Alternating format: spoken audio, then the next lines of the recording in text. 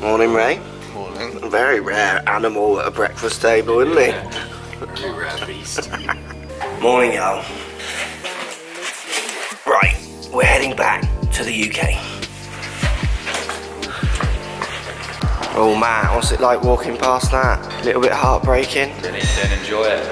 It didn't look like you could. Not a sport, is it? Didn't look like your sport.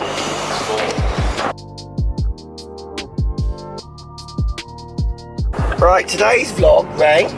Yeah. After yesterday's discussing why you are off the handicap you are, we're going to talk about what me, Dan and Matt saw as things that you could improve, because they're things we see with lots of amateurs. So the conversations we were having about the mistakes you were making were conversations that you see it repeated with lots of amateurs. So how could Ray play off 5? Yep, I said it. 5. Him.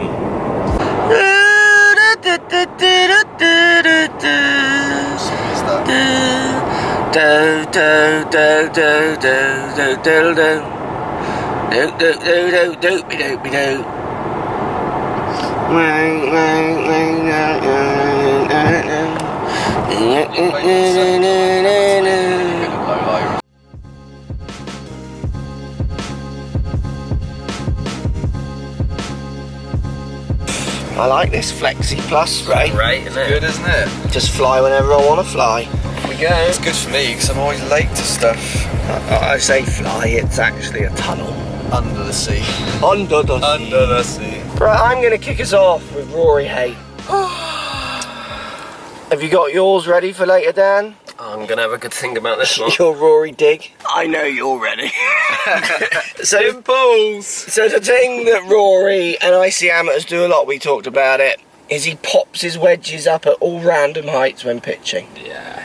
It's very frustrating to watch because it's something that could be so easily fixed if you practiced it, Ray, and it's something that I see amateurs do all the time. They have kind of one shot with their wedges is just to try and hit it at different speeds. There's no... Did you just yawn? Yeah. We are trying to help.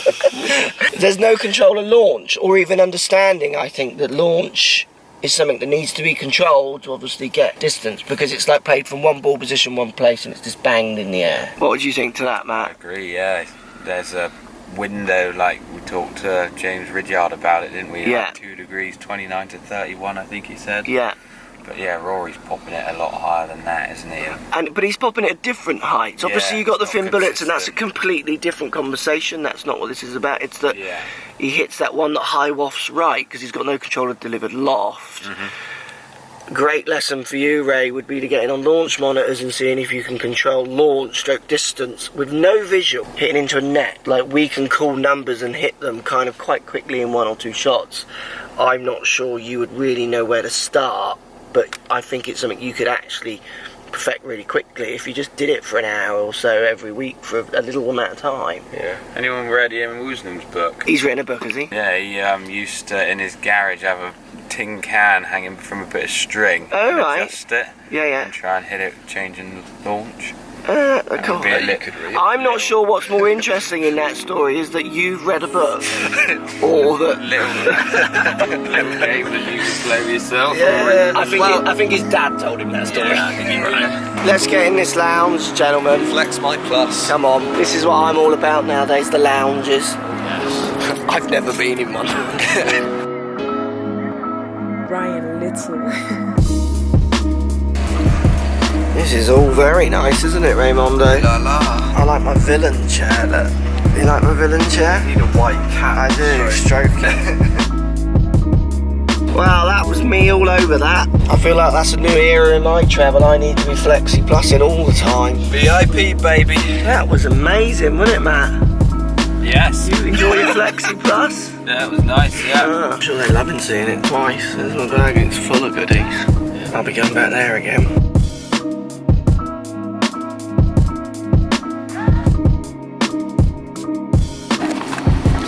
Right, Dan, it's your turn. Got me bag. Help that bearded man out back there. Spent the couple of days in the buggy with you, haven't I? Yeah.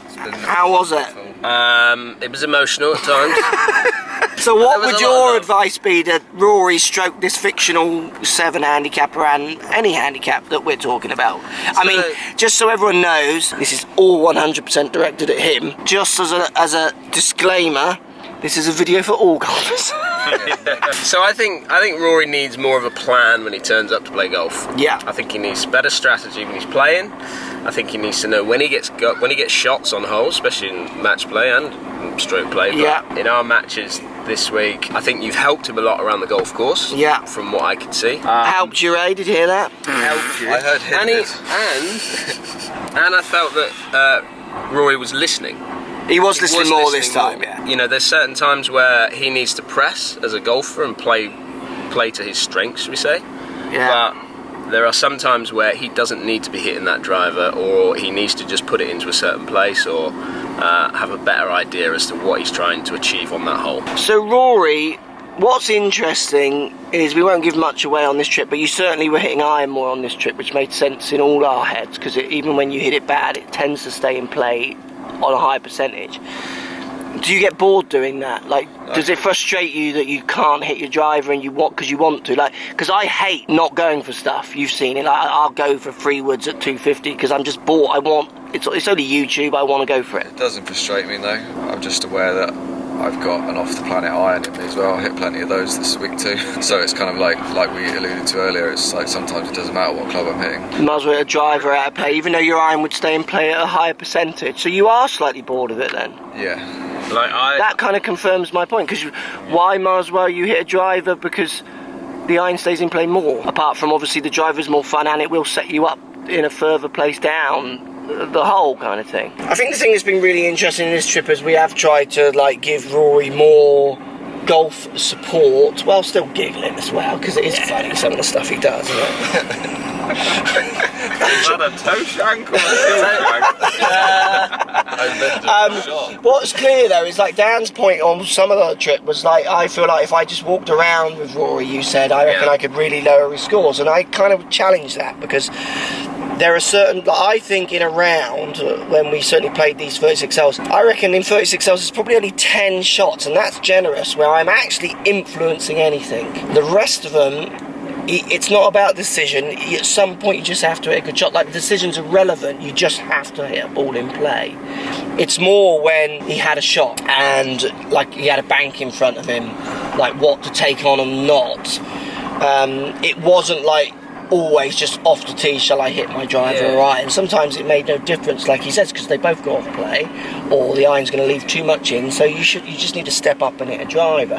So I do think people read a lot into course management and forget that actually you've just got to hit a decent shot. So for instance, you take someone like me, course management is blatantly simple. I'm just going to hit my driver because it's my easiest club to hit and I want to hit it everywhere. Where it's much more complicated for Ray, because there's a dice rolling effect, isn't there?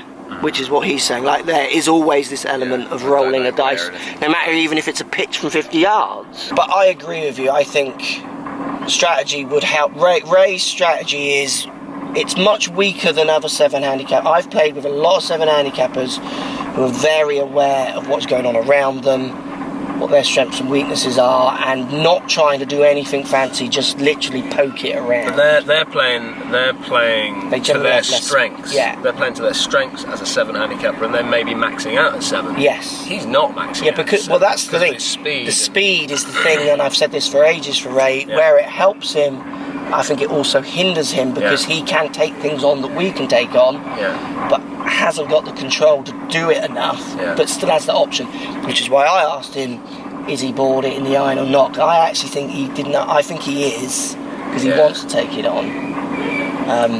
Because why would you not? This links to yesterday's video of how I play off 7 as well, because where I get double-edged sword, isn't it? Where I get my handicap from, I know how to play that course. I played it a million times, so I do hit iron. I hit 2 drivers in a couple rounds. Yeah, because you've worked out your strategy. I know how to play that course. Yeah, and I think that's taken a long time. There's hope, Ray.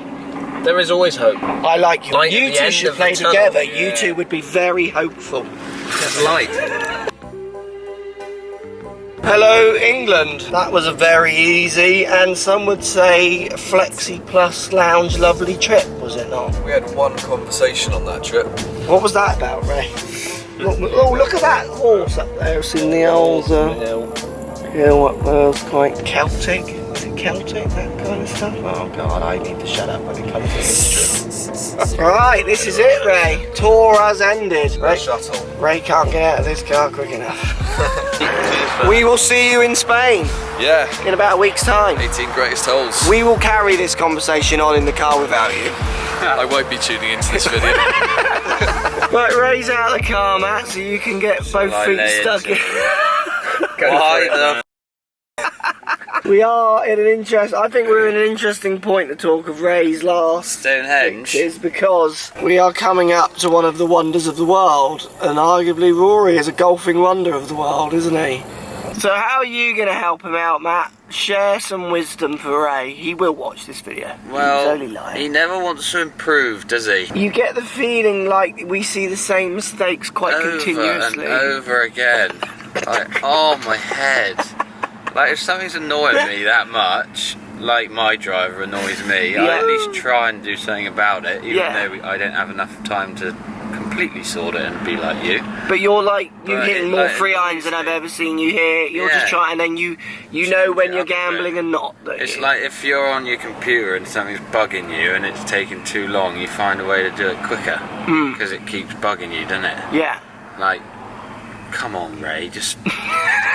I just want to point out we did have to wake Matt up to film this, so he is slightly crouching. I wasn't expecting this bit to be quite so aggressive. And it's like the... Oh, he's got more. It's like lessons when they come back again and again and again, and it's the same lesson again. Yeah. Because they haven't tried and they haven't hit any balls and they've not really done anything. Yeah. It's like, oh, cool, let's do this again, shall we? You go back to sleep, bro. But I think it's a good point. It's very interesting to watch Ray bang his head against the wall continuously, even after we've offered him that idea and kind of tip on a number of occasions. And I think it's I always said when I speak with other pros, if you can judge people's personalities, often you can judge how they're going to learn. I'm quite quick at reading a lesson when they come in, and I can tell if they're going to be someone who thinks that having a lesson makes them better, which means they're not going to work. And obviously there's always people that throw you, and it's like, well, I wasn't expecting to do that well or even that bad. But there's general patterns. And the trouble with Rory, if you invested time in helping him, the big question is he going to help himself? And I don't know the answer to that. I don't know if he is going to go and actually practice, because that's all he needs. Because as Dan says, like, there's speed and there's potential, he's fit, he can move. But delivery needs some serious work. And I think it's a good lesson for everyone. It's not, lessons is not the answer, it's how you use that knowledge, how you use those tips or whatever you want to call them. It's not the lesson, it's how you use that information. I can watch a YouTube video on what is the best Mac to buy, it's then how I act on that information is how good that information is or not. And I'm not sure Rory will act, so it's about trying to work that out, I think, when you're thinking about taking lessons and improving those kind of things. Well, it is a bottleneck, and there's always a traffic jam. If Rory stood there like chipping in that field, there'd be a traffic jam here. People would stop and stare. You get a toe shank. That's probably... Tree's gone. That's sort of the bonus of getting on the Euro tunnel. They get rid of the tree as well. Magic they are, aren't they? I just need to get them to cut the grass next. Long ear. Yeah, I know. I don't know if I might text them so they can sort it out for me. Yeah. Ryan Little.